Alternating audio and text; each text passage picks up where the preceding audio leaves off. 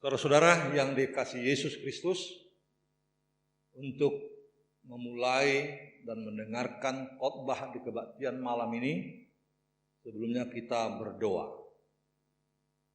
Bapa Surgawi dalam Yesus Kristus Tuhan dan Juru Selamat kami, terima kasih Bapa atas kesempatan malam hari ini kami boleh mendengar firman-Mu yang kudus untuk meneguhkan iman percaya kami bahwa Tuhanlah yang tetap dan bahkan memampukan kami dalam kehidupan ini berjalan seturut kehendak-Mu.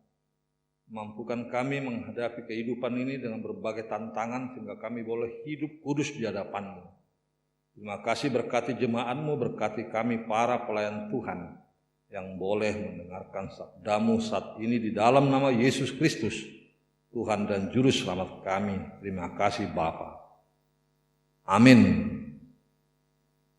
Saudara-saudara yang seiman, firman Tuhan yang menjadi santapan rohani khotbah di kebaktian malam ini terambil dari kitab Imamat pasal 19 ayat 9 sampai 18. Sedemikian pembacaan firman Tuhan saya akan bacakan untuk kita. Pada waktu kamu menuai hasil tanahmu, janganlah kau sabit ladangmu habis-habis sampai tepinya, dan janganlah kau pungut apa yang ketinggalan dari penuaianmu.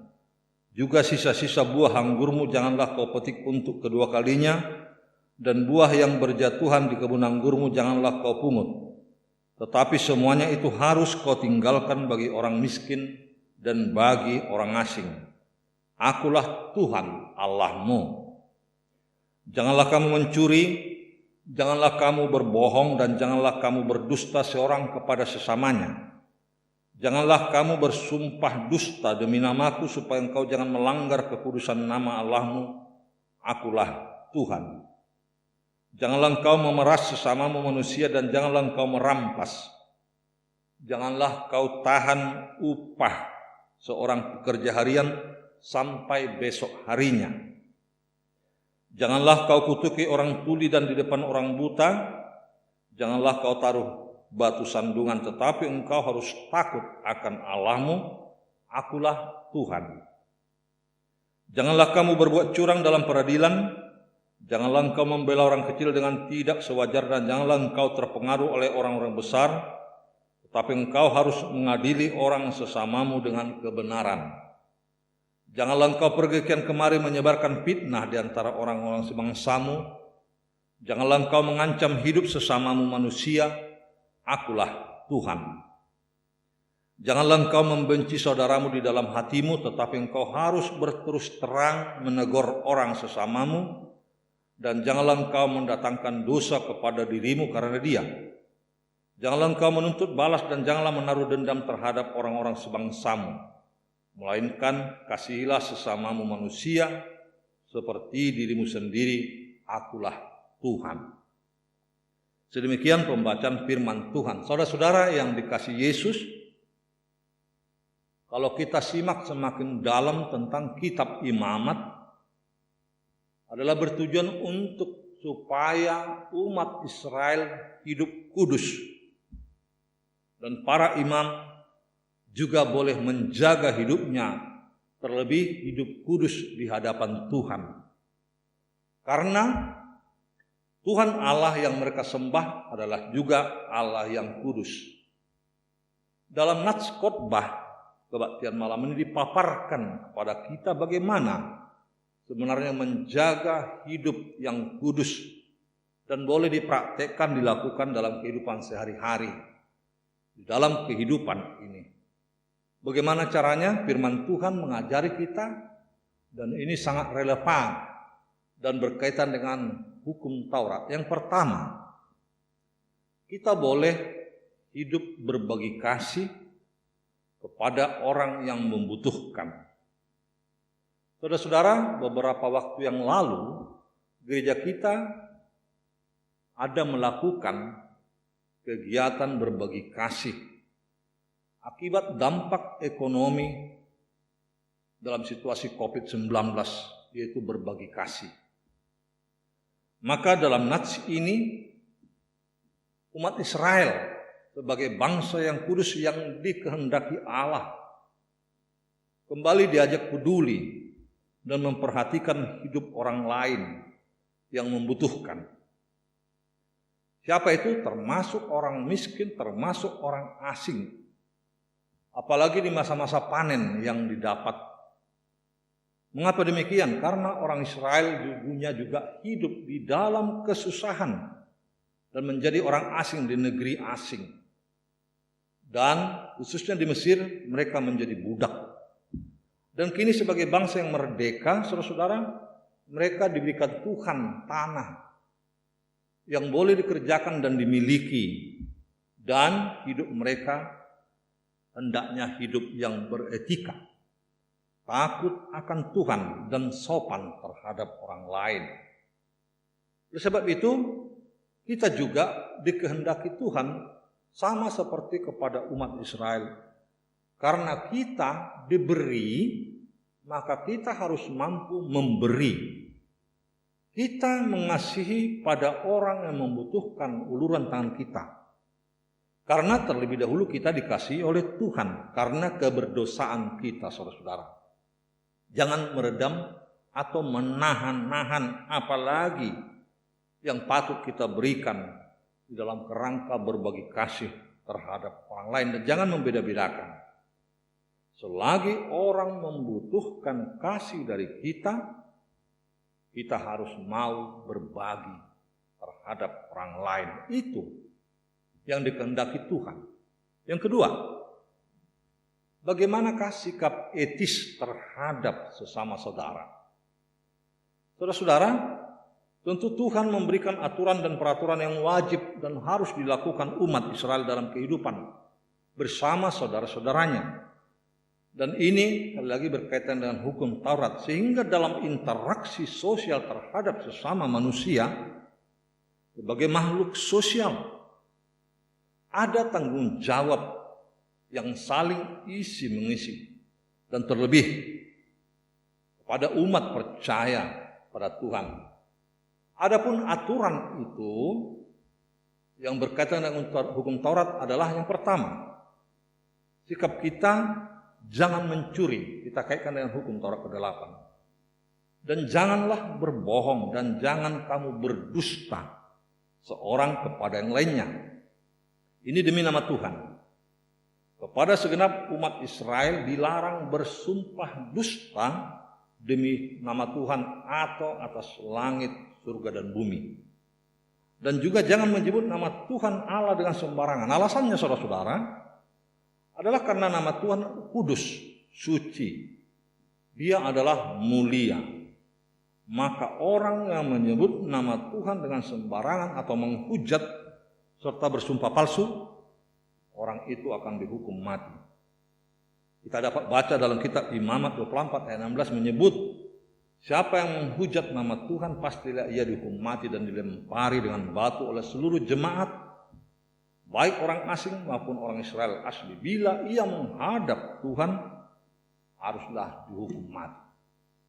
Saudara-saudara, yang kedua, di dalam kitab Imamat disampaikan bagaimana kita hidup di dalam hak ajasi manusia, di dalam kerangka menjaga nyawa orang lain. Karena nyawa orang lain, nyawa kita berharga di mata Tuhan. Menghargai hidup orang lain, termasuk orang-orang yang disabilitas, difabel, atau keterbatasan fisik, janganlah dihina. Hargai mereka yang keadaan fisiknya seperti itu.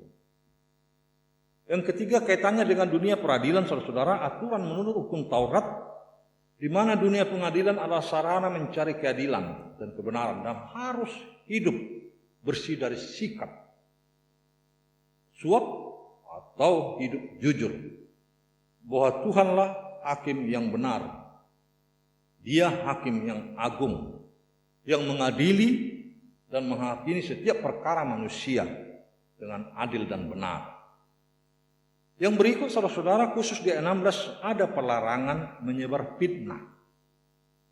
Dan jangan ada mengancam hidup manusia, saudara-saudara. Karena fitnah adalah suatu pernyataan palsu yang merusak reputasi manusia dan sangat tidak disukai Tuhan. Apalagi gosip maupun fitnah dan dusta melalui medsos misalnya belakangan ini yang ada hoaxnya. Kita hidup kiranya bukan menjadi ancaman terhadap sesama. Karena berkembang belakangan ini semakin mudahnya tangan jari-jari ini mengembangkan sikap dusta, hoax, tidak lagi melalui mulut dan sangat merugikan orang lain. Ancaman janganlah dilakukan orang besar terhadap orang kecil, karena mereka adalah sesama manusia. Hindari hoax. Hindari omongan yang tidak baik di medsos. Jagalah, kendalikan dirimu. Saudara-saudara, yang berikut menghilangkan atau menjauhkan kebencian pada sesama. Hal ini muncul karena perasaan tak suka atau juga perasaan suka barangkali. Akibatnya menimbulkan kekerasan. Sebab itu jangan menimbulkan dendam dan amarah, melainkan berterus teranglah dan memberikan kata nasihat terhadap sesama dan berikan masukan yang baik terhadap orang lain yang dibenci dengan penuh kasih sayang, supaya orang yang dibenci mau berubah dari kesalahannya dan tidak mengulangi perbuatan salah. Saudara-saudara, yang kita benci adalah perbuatan dosanya, bukan orangnya. Yang berikut, saudara-saudara, yang keenam, jangan ada menimbulkan sakit hati atau kesal terhadap orang lain. Dan ini sering terjadi dalam kehidupan ini. Acap kali kita menimbulkan kekesalan bagi orang lain karena kata-kata kita, perbuatan kita, tindakan kita. Karena hal yang seperti itu menimbulkan balas dendam dan tidak menjadi menghabiskan persoalan, tetapi justru menambah persoalan. Kasihilah sesamamu, saudara, seperti diri sendiri, supaya orang lain itu bertobat dari kesalahannya. Sebab itu, saudara-saudara yang kasih Yesus, kita hidup di zaman yang semakin maju ini, yang penuh dengan tantangan dan kehidupan yang bisa membuat kita semakin jauh dari Tuhan. Hidup yang tidak peduli, hidup yang cuek akan orang lain dan pudarnya kasih, sehingga orang lain semakin jauh dari kita. Gereja perlu berkhotbah dan terus-menerus menyuarakan supaya jemaat setiap orang menaati peraturan dan hidup kudus. Apalagi gereja juga ada aturan siasat gerejanya yang dilakukan berdasarkan kasih, supaya jemaat sadar dan takut akan Tuhan dan hidup saling mengasihi sesama manusia, sehingga tercipta shalom yang penuh damai, keharmonisan, keadilan, kebenaran, dan kesejahteraan. Saudara-saudara, berusahalah hidup damai dengan sesamamu, karena Tuhan mengingini yang sedemikian. Marilah kita mengasihi bukan dengan perkataan atau dengan lidah, tetapi dengan perbuatan dan kebenaran. Itulah cara hidup kudus, dalam arti kasih sebagai perintah yang baru yang berikan Tuhan. Yesus berkata, kasihilah sesamamu sama seperti engkau mengasihi dirimu sendiri. Kasihilah Tuhan Allahmu. Dan ini perintah baru yang harus kita lakukan. Dan saya yakin kita bisa melakukannya kalau ada kemauan kita. Dan itu harus sebagai cara hidup kudus di hadapan Tuhan. Tuhan memberkati. Amin. Kita berdoa. Bapa, terima kasih Yesus atas firman-Mu. Mengajar kami untuk hidup kudus di hadapan-Mu dengan menghindari kesalahan dan memperbaharui kehidupan kami, karena kasih sebagai perintah baru yang seturut dengan aturan-peraturan yang Engkau tanamkan di dalam kehidupan umat Israel dan kini sampai kepada kami di gereja-Mu. Kami akan melakukannya dengan kuat kuasa Roh-Mu yang kudus memampukan kami senantiasa setia padamu. Berkati jemaat-Mu untuk mampu melakukan kasih dan berbagi dengan orang lain dan menghargai orang lain sama seperti menghargai diri sendiri. Ya Yesus Tuhan dan Allah kami, terima kasih atas firman-Mu, berkati kami dalam pelayanan ini dan jemaat juga. Sehingga dengan demikian Engkau semakin dipermuliakan dalam kata perbuatan kami. Terima kasih ya Allah, di dalam nama-Mu kami berdoa dan syukur. Terima kasih Tuhan. Amin.